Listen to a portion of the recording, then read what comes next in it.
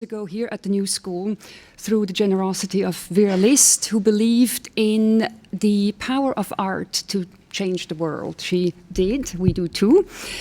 And in the course of 20 years, we've produced and presented and curated a number of conferences, panel discussions, lectures. We've had fellowships, exhibitions, or classes affiliated with the Vera List Center. And at some point, 19 years, I guess 1 year ago, 19 years into its founding, we thought it'd be important to go deeper than we have at times and look at one artist's specific practice and examine that from many different angles. Now, how to find this particular project was the question, and through the generosity of a number of members of the Vera List Center's Advisory Committee and the New School for Public Engagement, we decided to launch a prize. The prize is bestowed on an artist in recognition of the artistic and political and cultural significance of one particular project. And as you, I think, all know, the prize recipient is Theaster who will be presented with this prize tonight in the official ceremony at 7 o'clock for Dorchester projects. We wanted this prize project to be an opportunity to look carefully at one example of a successful project, draw from the resource of the New School, which is our amazing faculty, and bring in other voices to this conversation. The nominating process was quite carefully chosen. We searched the world through a council of 20 international nominators, and we're fortunate enough that Theaster's project is in Chicago, was suggested by one of the nominators, and allowed us to, because of its location, among other things, to actually go there and study it on site. So without too much further ado, I just want to briefly mention that most speakers today, our faculty members at the New School, went in February to spend 2 or 3 days in Chicago, visited Dorchester projects, and what we're seeing today is a further assessment, thoughts, evaluations, ideas that emanated from this visit or from that visit to Chicago. We are fortunate that Shannon Jackson is the facilitator of today's conversation. Theaster will join us in about half an hour, or maybe 15 minutes, and will be part of the conversations which have been divided into 4 different topics. I will briefly speak about just the structure of this afternoon, or of this morning, I should say. We have 4 blocks of conversations dedicated to themes such as migration, spirituality and belief, ecologies of organizing, and vocabularies and evaluation procedures and possibilities for this kind of work. Each conversation is initiated by 2 speakers, and we call it in the company of 2 other speakers.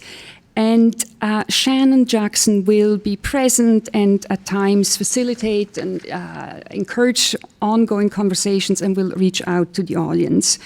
After each hour, brief break, and then we continue with the following panel. I think without further ado, then, it is my great pleasure to welcome Shannon to the podium. And let me just briefly mention that she is the Richard and Rhoda Goldman Chair in the Arts and Humanities at the University of California, Berkeley. She is a professor there, a professor of rhetoric and of dance, theater and performance studies. She is also the director there of the Arts Research Center. Her most recent book is Social Works, Performing Art Supporting Publics, which was published by Routledge in 2011. And she's currently working on a book on the Builders Association. Shannon has appeared in New York at a number of important events, and I value her deeply as a colleague and as someone whose call for deep looking and critical assessment, extending to our application of a vocabulary and the establishment of a precise vocabulary, will be essential in guiding our conversations today. So Shannon, please come up and introduce yourself. Thank you.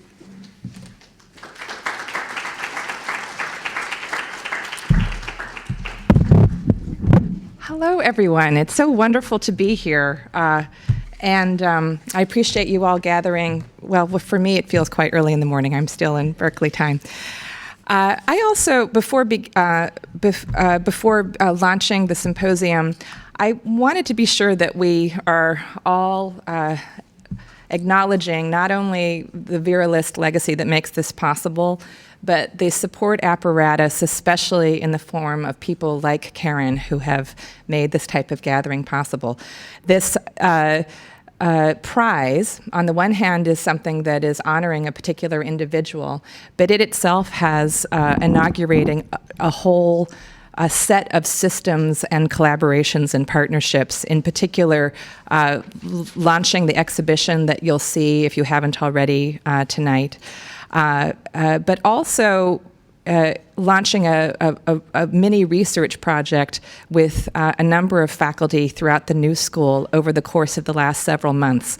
It, to me, is a dreamy kind of project for a university, one where we start to imagine when we try to think constantly about how to break out of different kinds of disciplinary silos or just patterns or ways of working throughout the university. Projects like this, I think, force and require a certain kind of collaboration across disciplines.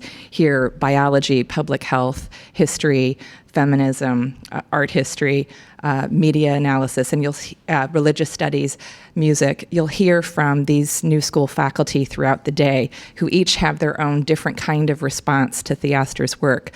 I guess I also think that this type of project is so much in the theme of the kind of systemic thinking that Theaster Gates does, where one tries to imagine projects that, in a world where, say, the cultural sector, the educational sector, the social welfare sector are all imperiled in some way, all being forced into odd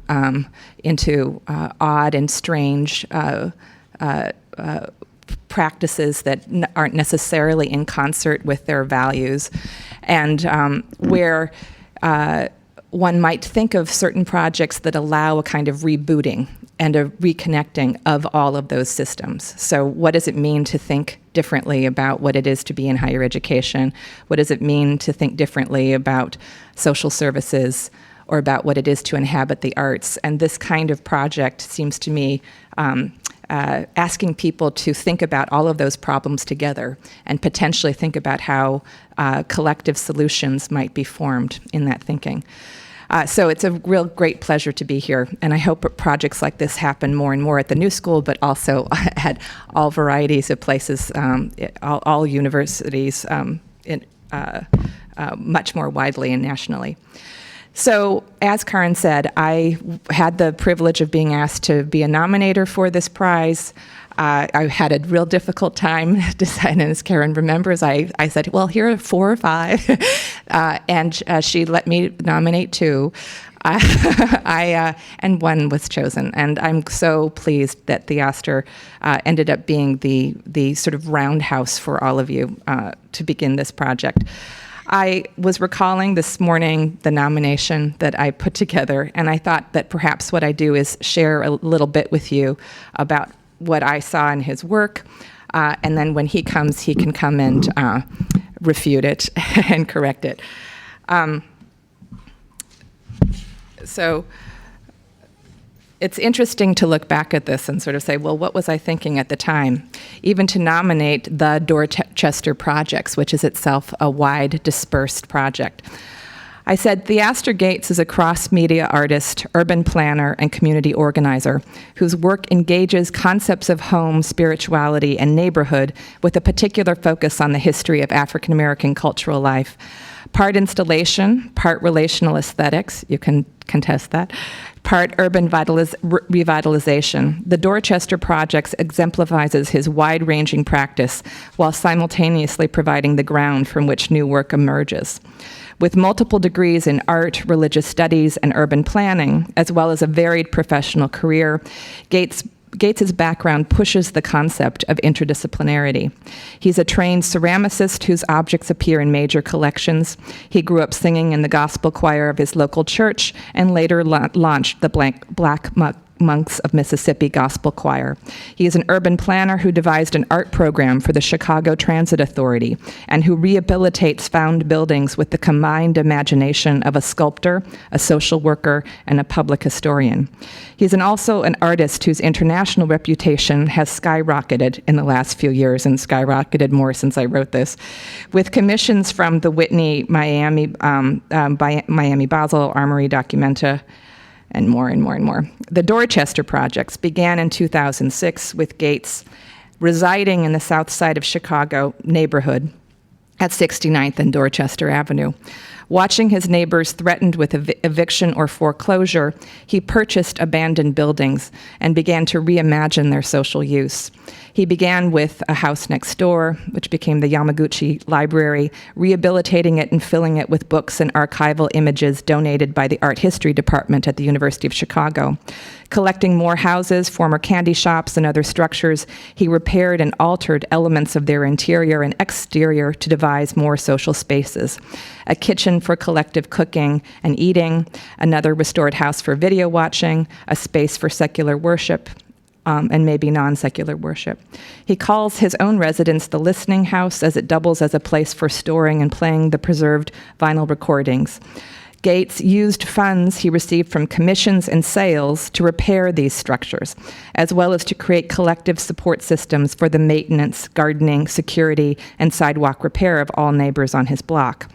Akin to other artists such as Rick Lowe, who have committed to rebuilding local infrastructure, Gates frames the Dorchester projects as the art of staying. Here's a quote. "Like I could live in other places, but the impact that I could have on Dorchester is so much more substantial. I can help my whole block get fences by the end of the year. For the cost of 1 year's condominium fees, anything might happen." Theaster Gates thus joins a growing group of high-profile artists who have created innovative ecosystems between art world markets and under-resourced regions of the planet. That's the beginning, and it goes on. And today we'll go on to trying to think about how to expand and complicate some of my initial thoughts with all of the thoughts that come from faculty at the New School. When Karen and I were thinking about how to put the symposium together, a lot of key words were animating the discussion. At one point, I remember we had put together a possible panel on materialism, and then also one around issues of migration, also one around issues of spirituality. And then we started to realize that maybe material, something around the nature of material, the expanded notion of material, would actually potentially be a through line throughout the entire symposium. So we scratched that idea and ended up trying to put together a conversation that thinks about expanded ideas of material, not only clay, but song, dialogue, built environment, a gesture, a piece of text found, an archive, and to think about how that material becomes animated through a variety of different frames. So what you see before you is our attempt to launch a conversation around words that we thought were resonant for Theaster's practice, and also, I think, for practices that combine aesthetics and politics, practices in the domain of socially engaged art. So migration, you'll hear speakers making wild and varied use of that word, thinking about diaspora, thinking about movement, thinking about voluntary and forced migration, and thinking about how those processes and movements leave their traces and residues in different material forms. You'll hear a conversation around spirituality and belief, thinking in particular not only about religious practices, but also about the great leap of faith one often has to do when one begins a project of social engagement. You'll hear people talking about organizing, what the nature of organizing is, what community organizing might have to do with an aesthetic practice. And by the end of the day, we'll try to take the temperature of these and other meditations to think generally about what kinds of vocabularies are needed to begin not only to think about Theaster's work, but to understand the reach and efficacy of socially engaged art. I often think about it as a domain where you could say art vocabularies are constantly being confounded. I remember the very first time that I think I was in a project with Rodessa Jones, and an interlocutor whose name I don't remember was talking about her work, and he said, "Oh, you know, it's not the same old form and content." And there was something so simple about that statement, to sort of take that, oh, what does that form and content division mean, and how is it confounded? It seems to me that when it comes to Theaster's work and so many other projects around social engagement, other terms like text, context, art, apparatus, background, foreground, inside, outside, art, site, medium and support, literal, metaphoric, all of these types of oppositions that are always these sort of teachable art vocabularies become inadequate, or at least necessarily in need of revision in order to understand this work. So we'll be thinking about these and other terms throughout. I look forward to hearing from all of you as well, and to continuing the dialogue in anticipation of Theaster's official presentation of his award this evening. So thank you.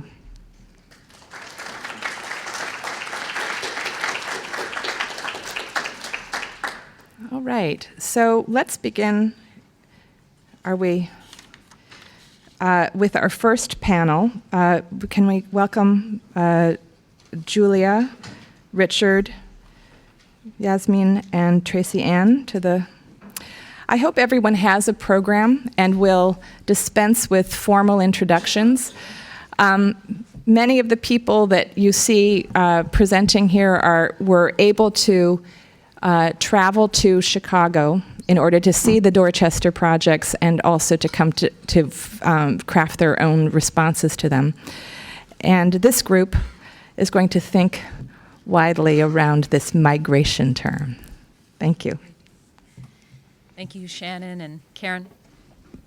Can everybody hear me? Doesn't seem on. Mics are not on. I can talk loudly, but I don't know whether this is being recorded. Do you want to? Test. Why don't you use this one? Oh, there it is. Somebody made some difference. There we go. Right? Everybody can hear? I'm Julia Foulkes, a faculty member here at the New School, and delighted to be a part of this. I was one of the lucky people that did go in February, along with Richard on the panel and Jasmine as well. So a particularly rich conversation, sustained conversation about his work, which has been really unusual and interesting. I think I speak for all four of us to say, though, that migration was not necessarily in our thoughts. Karen asked us when we returned from Chicago to write some reactions to the work and to the weekend, and I can confidently say that I didn't say anything about migration. But what's been interesting is in the conversation being, this is what a curator, I think, does, or a good teacher, is that we've had a really interesting conversation over the last few days trying to think what the heck we are going to say about a topic that we maybe had not yet previously thought about. So hopefully there's something of interest to all of you. I'm going to begin, and we each sort of took a perspective on migration as a way in which that draws upon perhaps our own disciplinary backgrounds or interests, and the particular one that I took was structure. So as a historian, the topic of migration brings up immediately the Great Migration, the largest internal movement of people in our country's history in the years after World War I. African Americans moving from the south to the north, many of them going along the Mississippi River and ending up in Chicago.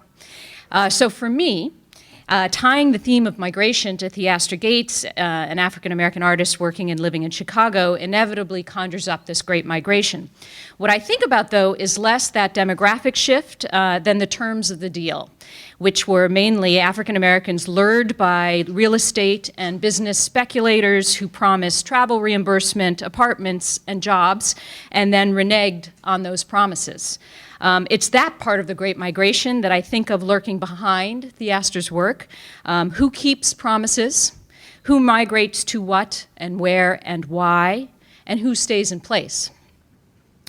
So then there's the migration of material and structures. The migration of materials is a structural form of movement that seems key to Theaster's work. So there are boards from water towers in downtown Chicago that become part of houses on Dorchester Avenue.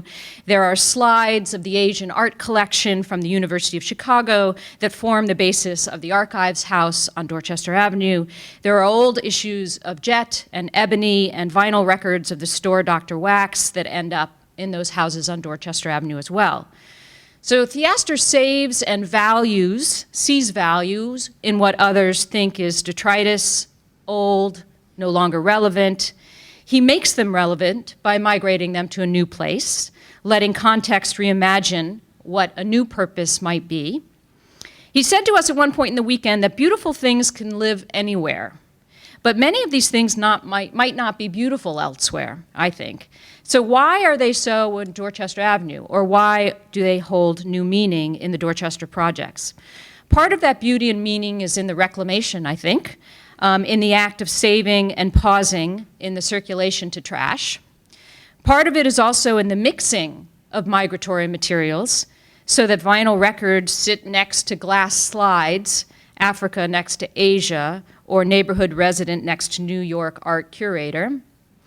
Part of it is the possibility of transformation by this process, what histories, what stories get changed, what new avenues open up. But if migration is key to the process, then staying on Dorchester Avenue, sitting in a house, seems key to the meaning as well. Architecture, structure, space, that sets a stage for something to happen, as he told us. Those elements are stationary, of course, and much of what makes something happen may be due to the movement created in setting up architecture, structure, and space. But migration works also by its opposite, by staying in place, and I think most by keeping promises. That's all I have to say right now. That was a nice start. By the luck of the draw, I'm due to go second. And thinking about this topic of migration, we came at it from a couple of ways. There's the structure that Julia talked about. There's another element that is transformed in movement. In fact, it is perhaps an essence of movement, and it is vitality. That moving this glass from here to here does something, but the act of bringing it to my lips and drinking it is a whole nother matter, because there is something that is transformative. And so I'm in music, and so what first struck me about Theaster's work, because not being an artist, I didn't have a key hand to understand it, but because Theaster is also a musician, I listened to the music, and the art began to make sense to me. And it has to do with that vitality, for me, is where life meets spirit. Because life without any spirit, kind of breathing. Spirit without life is formless. And so I wrote something about this while I was in Chicago, and Karen asked me to write another response. And so I wrote a thing that was based on a quote that I had seen in a book. And the book was The Traditional Artist in African Societies. And it was talking about a particular village in Central Africa.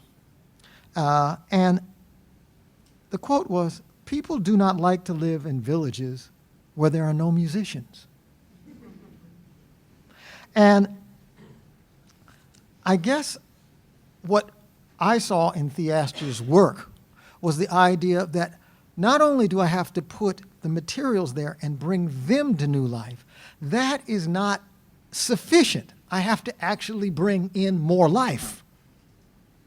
And so that in the listening house, Theaster would put concerts, and the concerts would draw people, because even though Chicago is known as the city of the blues because of the migration, much of the blues in Chicago does not take place in the South Side where the musicians live, which is its own contradiction. But we see that same kind of thing happening many places. There's a sort of gentrification of life.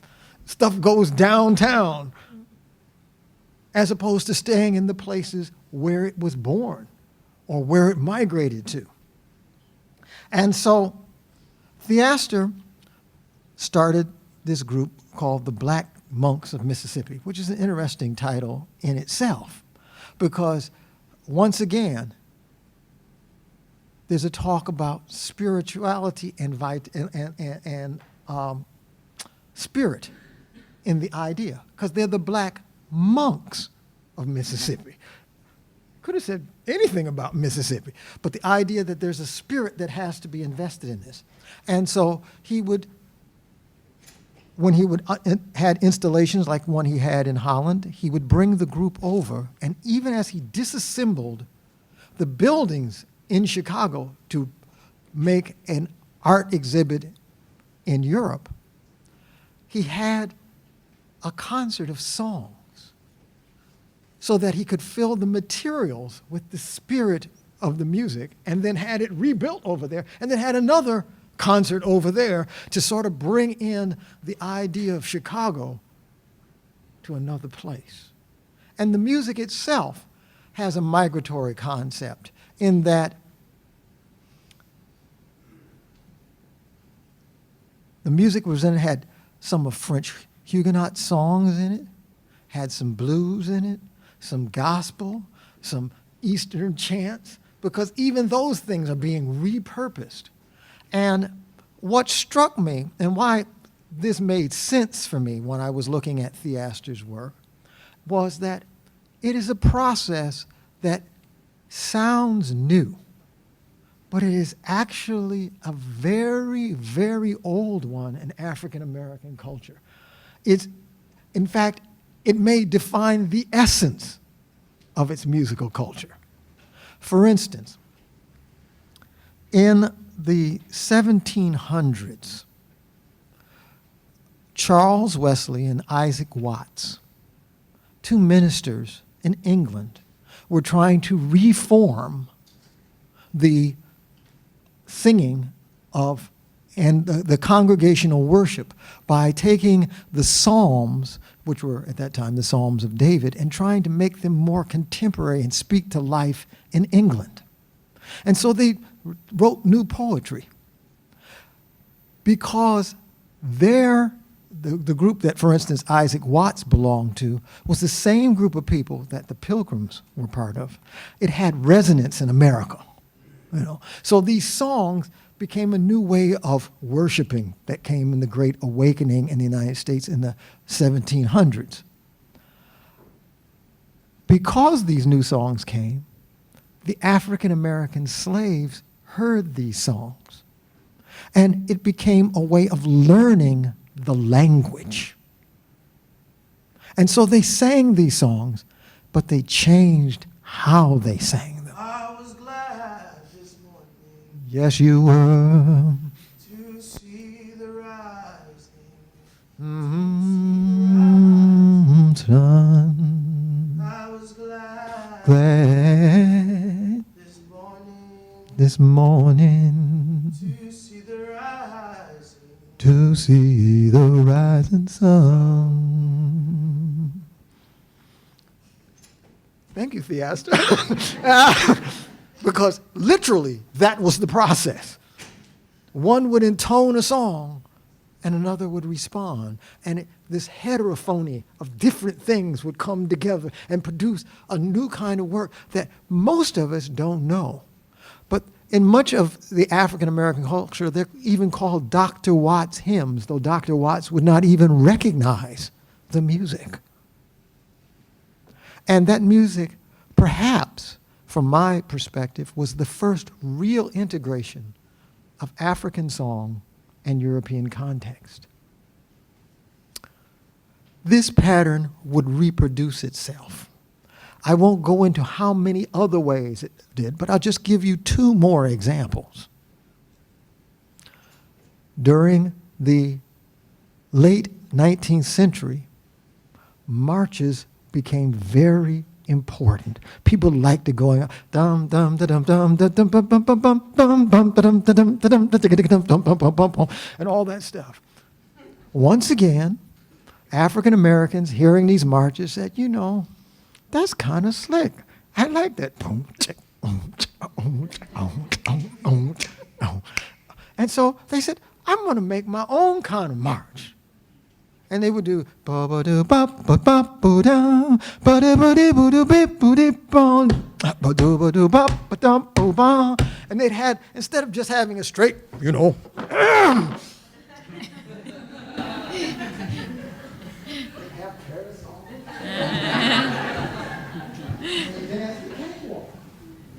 and the music of ragtime and cakewalk became the soundscape of turn-of-century America.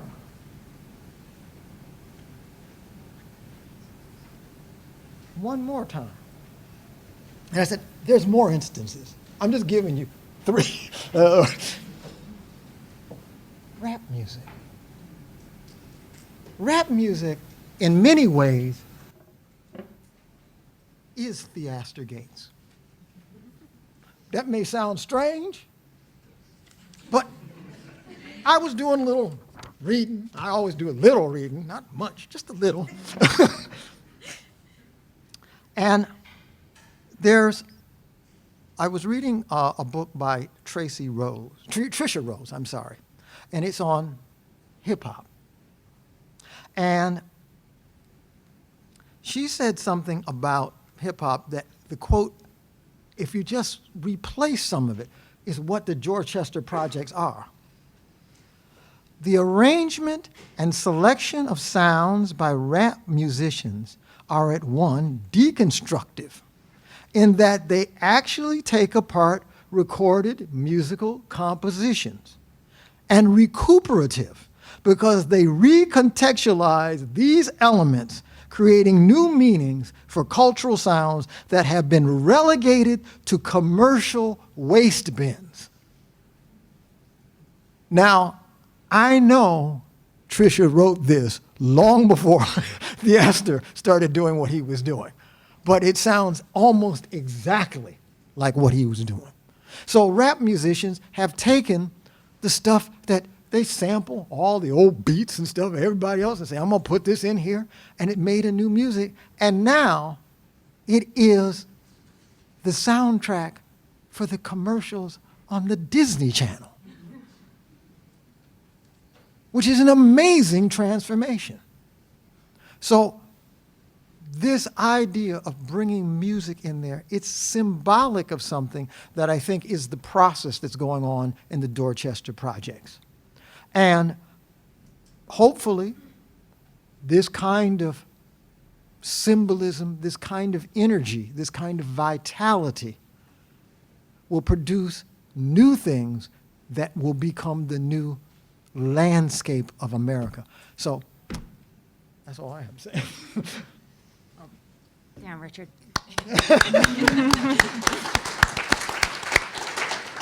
That's tough to follow, I think. I'm not going to walk around or sing or anything.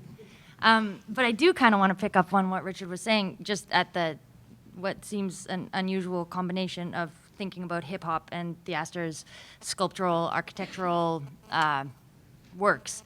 But I've been sort of charged with thinking about community in the context of this larger theme of migration, where again, migration was really not exactly where my ideas were going when I was thinking about Theaster's work, but right, so Richard just talked about Trisha Rose's work on hip hop, and if I'm correct, that was from Black Noise. Yes. Okay, and then Trisha Rose's next book, which is on what we talk about when we talk about hip hop, it really does track the kind of, contemporary commercialization of hip hop from, a kind of resistant Black cultural poetics to,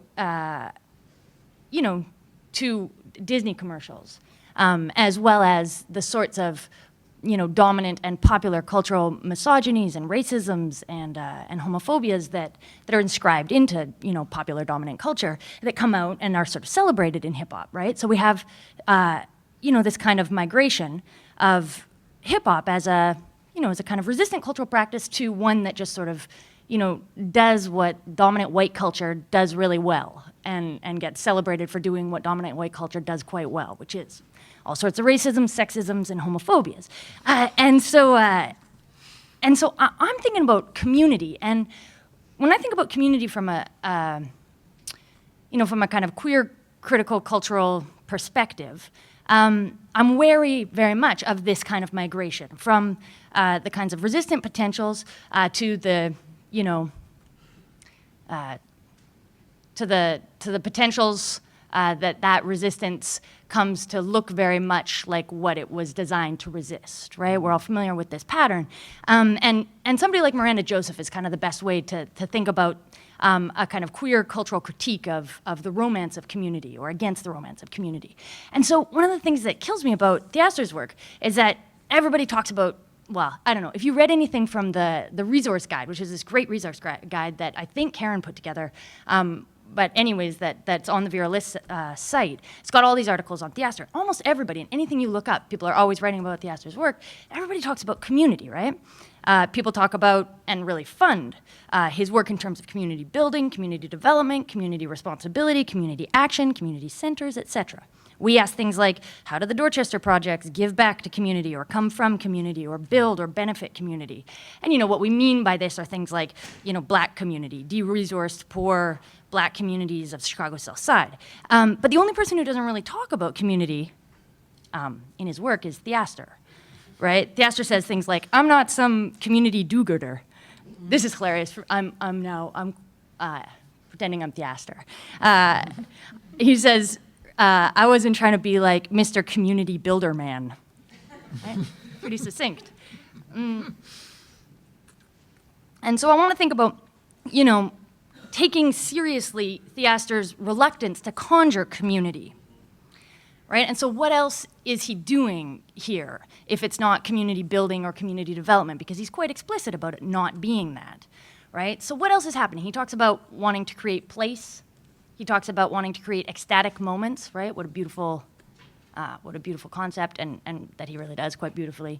And he talks about just wanting to be a good neighbor, right? Like he fixed up the house across the street from him after he fixed up his house, not because he wanted to do a service or create community or whatever, but just because he wanted to look at it. He wanted to look at something nicer.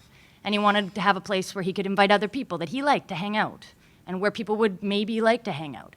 And what this opens up, this idea of being a good neighbor, is something that I think somebody, folks like Fred Moten and Stefano Harney have written a book on the fugitive public, on the undercommons, which seems to me like a rejoinder text to somebody like Miranda Joseph's Against the Romance of Community, where Miranda Joseph was saying, well, community, it turns out, within our kind of context of capitalism, is a supplement to capitalism. It makes up for what capitalism denies us, right? It makes up for what capitalism robs from us, and capitalism has robbed from nobody more than African Americans, right?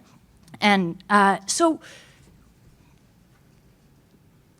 how can we think about being together or being with each other if we're not making up for the lacks or the kind of violent cultural dispossessions and economic and monetary dispossessions and housing dispossessions of produced by contemporary capitalism? How can we be together that doesn't continue that logic or make up for that logic in some way that lets that economy keep going? Well, Fred Moten and Stefano Harney, they talk about fugitive publics, which is about being together in bad debt, right? Not paying back your debts or not expecting that somebody else is paying back your debts, because actually it's impossible to pay back debts, right? Like Julia starts this talking about the migration and about these certain promises that are made to African Americans who are going to come to this area and they're going to be given certain things, and actually, no, are bad. We're not going to keep those promises, right? And this is happening again and again, right? The reason why the south side of Chicago is so destroyed right this second, destroyed insofar as there are so many foreclosed houses, right? There's so many abandoned houses. There's so little infrastructure. There's so much been robbed from that place because of, right, what we call the subprime crisis, right? And that subprime crisis is a product of, again, this kind of a legacy of racialized economic violence that preys on, African American and Latino homeowners as bad debtors. So we'll give you a mortgage. We're going to be sure you're not going to be able to pay it off. We're going to bet against this mortgage that we give you, and ta-da, you can't pay it off, and now you're out, and now we've got these sort of ongoing legacies of bad debt, right? And rather than thinking, okay, how can we pay back that bad debt, or how can I give back to my community, or how can I expect that somebody's going to pay back the unthinkable, impossible debts. What about living in that bad debt? What about staying in one place? What about not leaving? What about being a good neighbor? That means not building something, but instead being open to something, or opening to something, right? That, Moten and Harney, building on folks like, Derrida and Levinas, and also building on folks like Gilroy, like Paul Gilroy, right? It's about kind of radical hospitality. A hospitality to what may come, the thing that may come. And I think that this is not a community that Theaster's work is building, but a kind of, but a good neighborliness, an opening to what may come that isn't necessarily community, it's not necessarily something recognizable, and it's not necessarily building even, right? Because a lot of the time he's doing all this construction work and he's like, building a lot of stuff, or like at least kind of renovating a lot of stuff, but it's not exactly building within the kind of conceptual frameworks that we've been given to understand building. It's an opening. So I think that what I sort of want to sit with, or get us to sit with, is the thought of having an opening to bad debt rather than credit, rather than giving back, rather than building, just a kind of opening that I think Theaster's work does really, really quite beautifully.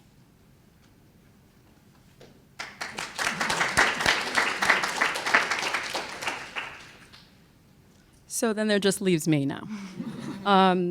And I am tasked with talking about imaginaries because my work looks at narratives, narratives of identity primarily. I teach African American studies at the university as well as gender studies. And so naturally when thinking about these kinds of words, ideas, thoughts, imaginaries, I'm immediately thinking about identity formation and consciousness, and how those kinds of consciousnesses are specific to urban spaces and landscapes. Urban spaces and landscapes are oftentimes identified with people of color.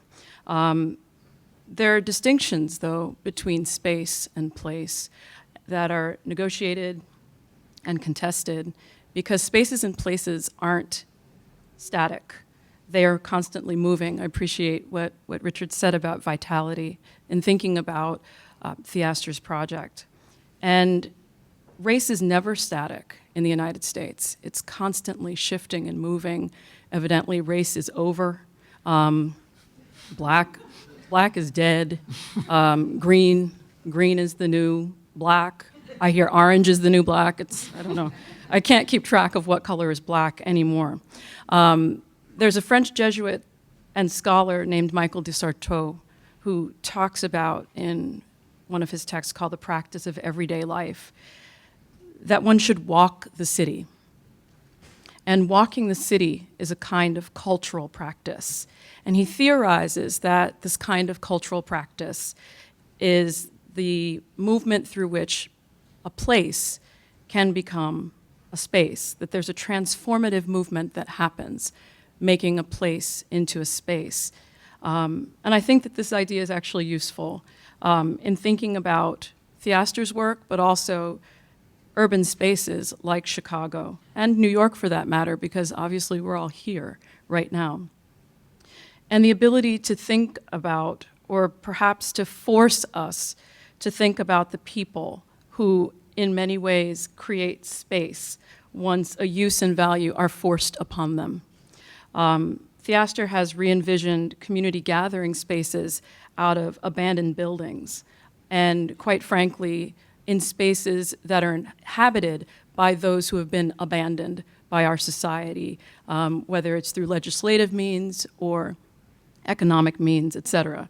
But there's another thing that he does, which is very interesting, which is in taking these spaces and re-envisioning them, he's unseated notions of rehabilitation, which is a lovely word that we often use in the United States. Rehabilitation, that we're going to rehabilitate a neighborhood, we're going to rehabilitate a community, we're going to rehabilitate a people.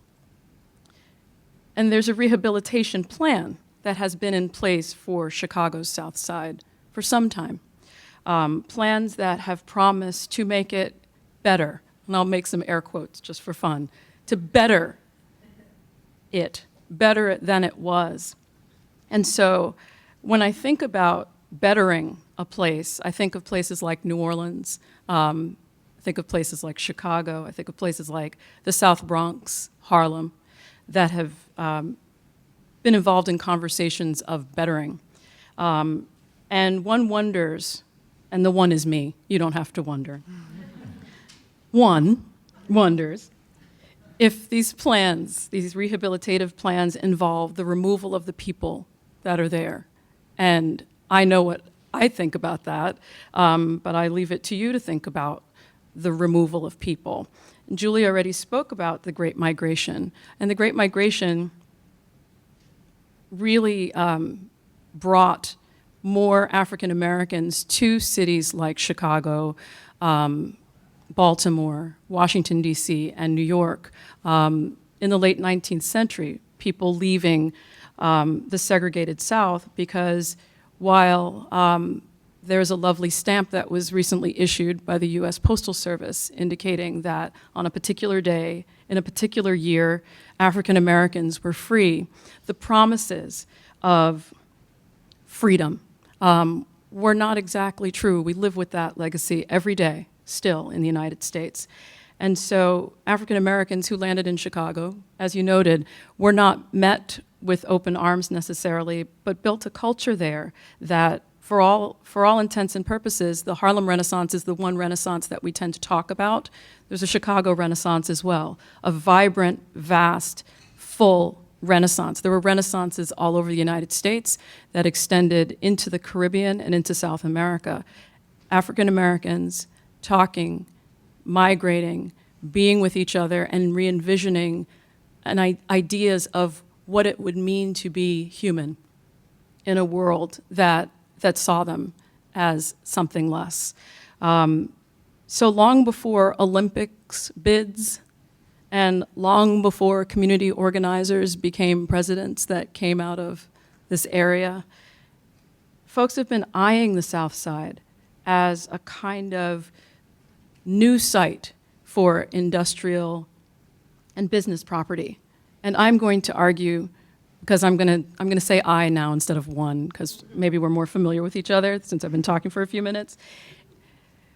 I wonder if these properties aren't so attractive if they could just get rid of those pesky residents that are there.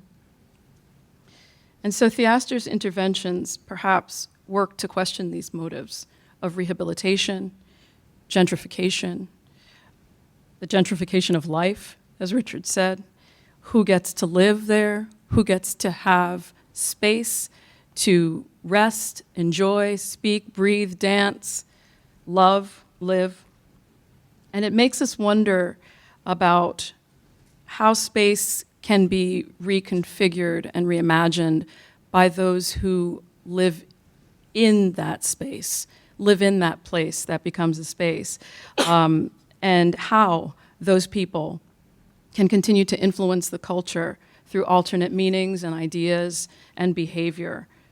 And so I wonder if we have enough vestiges of cultural memory and culture to sustain the kind of exchange that's necessary in order for this kind of project to continue to be successful. And I guess I'm pointing specifically to the legacy of race and racism in the United States, because, as I said when I began talking, racism doesn't exist anymore.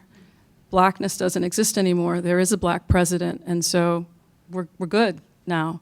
So do we have enough to be able to sustain the kind of collective understanding of what these pieces that Theaster is using and reforming into a different kind of memory project? Do we have enough to understand what's really happening? This whole notion of the art of staying is also fascinating to me, because it makes me think about the design and composition of these new spaces and how the Dorchester projects can continue to impact not just the South Side, but Chicago, the United States, other major cities that are facing their own sorts of tensions like this. And then finally, because this is a university where fire alarm testing can threaten to derail a conversation such as this, how do we translate this kind of conversation to the classroom? How do we translate these kinds of models to the conversations that we have with students to inspire them and encourage them to do the same, or to question whether the interventions that Theaster is making are the ones that should be made? Thanks.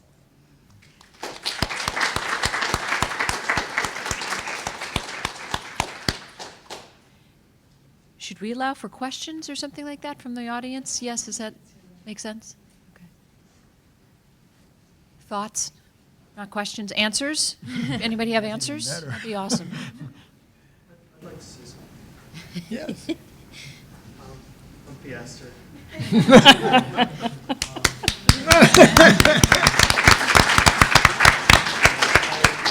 I just maybe wanted to say to us, because these people are up there talking about me. That's weird. That's weird.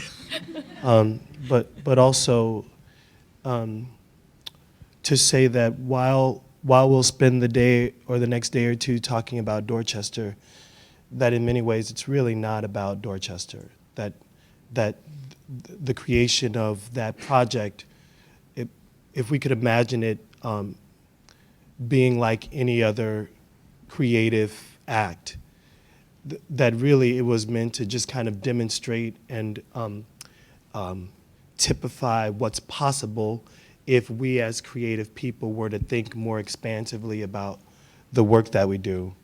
That it would grieve me if you guys left here thinking that this was a kind of grandstand about some kind of singular practice that is unreachable or unteachable or unthinkable. It's really just my quirky response to the neighborhood that I lived in, using my brain, using the tools that I had, which were not very many, leveraging people who had other skills, sharing my aspiration and invention with very, very little money for most of the time that Dorchester was growing. That it was just me as a young faculty member trying to use my salary to rehab a house. And so I want to just say to us that as we're studying history and urban planning and law and art and sculpture and fashion, that these are the kind of base raw materials that when combined with friendships and associations, because this kind of work can't be done by one person, that it really requires kind of a collective aspiration in order to do it, so that even while we use Dorchester, please kind of insert yourself in, insert your hometown or insert the place where you want to be, insert your skill set, and then just kind of, what I would do all the time is just kind of measure my deficiencies and say, okay, I'm not really good at that, so I better get some help around here. that I hope that you guys will just kind of, not freak out, because I'm freaking out a little bit.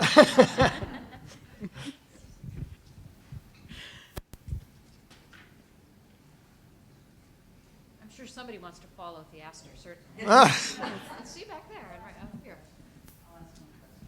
And that is, Jasmine, you mentioned the idea of bad debt, living with bad debt, and I wondered if you could separate that a little bit from shame, and or maybe not separate it, but it seemed to me that you were making a distinction.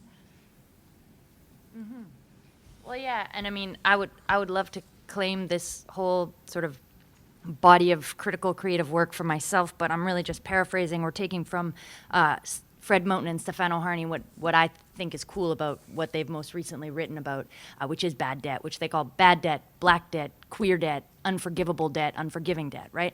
And this is, and criminal debt. And this is, it's different than shame because it's trying to talk about living within a kind of unrecuperable space, living an unrecuperable subject position, one you didn't necessarily choose, but that you can't necessarily choose out of, that you live with, and you live with others as well. And what kinds of lives are generated, and what kinds of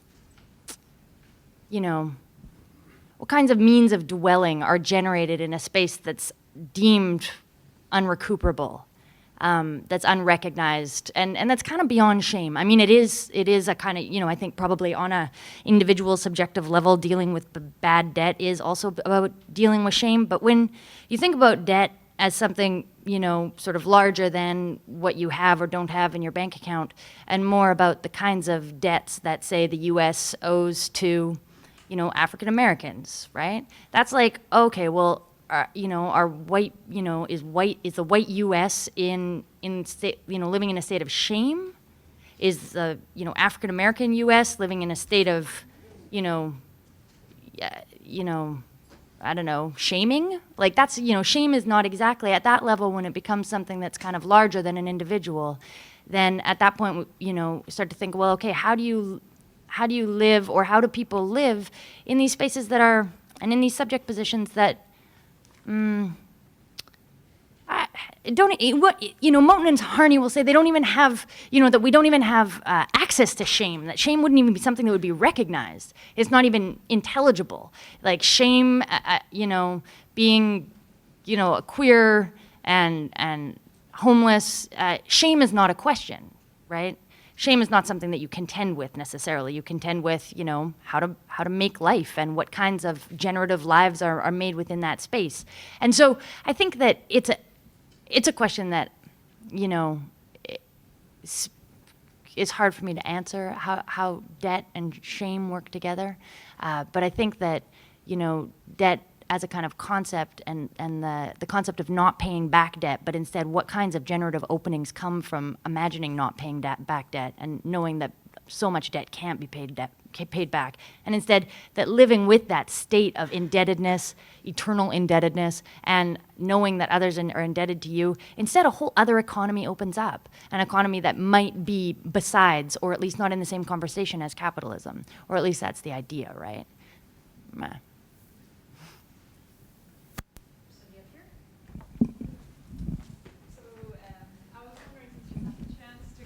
To Chicago and visit Theaster Gates and the Dorchester projects, if it has inspired you in any way in terms of your own lives and interventions you might have made into your own lives, and if there were examples you could give of that, in view of also what Theaster Gates just said right now. I'm not sure I have a complete answer to that, but one of the larger sort of questions that came up relates to this on migration when we were speaking about is the migration of Theaster's ideas, practices, inspiration elsewhere. And it becomes a real question, I think, whether or not that's possible. He would like to think that it is, I think, by inspiring us, perhaps. But there's so many conditions and moments and particularities of what he has accomplished there that that migration would be quite different, right? Not the same replication. One of the migrations that has occurred is including him in a course that I taught, for instance, so that students encountered a course on art and urbanization, encountered his work directly, wrote him letter that sort of incorporated some of the questions of the class that could be thought through his work. So there are ways in which I think his ideas the example of the Dorchester projects were ways in which to think through other sort of more abstract or theoretical sort of ideas. So that's one sort of an example of migration and use and rethinking of his work. Does anybody else here have any others?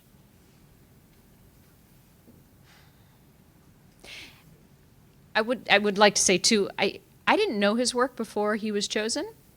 So there is something just about, just as I think Karen described early in the morning, it's amazing to sort of think continuously, or at least over some time, with others about somebody, some things. That sounds sort of silly. Here we are in a university. That's supposedly what we're doing.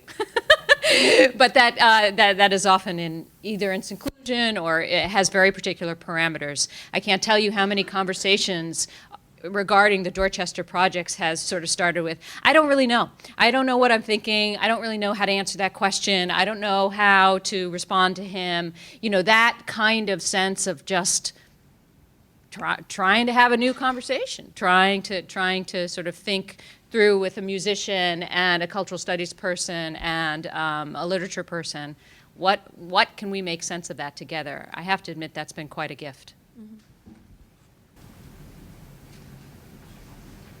It seems also weird to think about the living. That art historians and curators complain all the time. It's a lot easier to work with a dead artist. Here. Because there's in a way they don't have to do what I'm doing right now. And so I think also the awkwardness that I feel and the kind of interestingness of this advancement is that we're in real time figuring out what to make of our freaking cities. And so there's a way in which, as in advance of the crystallized idea, it's still a question for us all how artists contribute, how planners contribute, how policies shift, the role of racism, the impact of queerness in Black communities, the impact of Blackness in queer white communities, that for us all, and I think this is really important, and why I keep saying that I'm also speculating on what Dorchester is. I feel like I'm a participant in the question of what this thing might become and how it fits into the realms of art and blah and blah and blah. But we are living people figuring things out together, theorizing and postulating together with the living, and it's really an honor. And I also just want to mention, since I'm sitting by the man, that I've been thinking a lot about Warhol, Joan Mitchell, Robert Rauschenberg, and their estates, which became active for future artists once they died. Mm-hmm. And so again, we understand what to do with money when a person dies.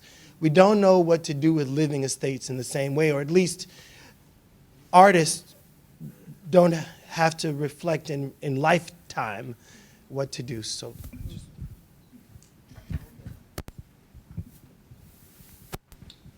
for the rest of the day, let's act like I'm dead. That doesn't work for a musician.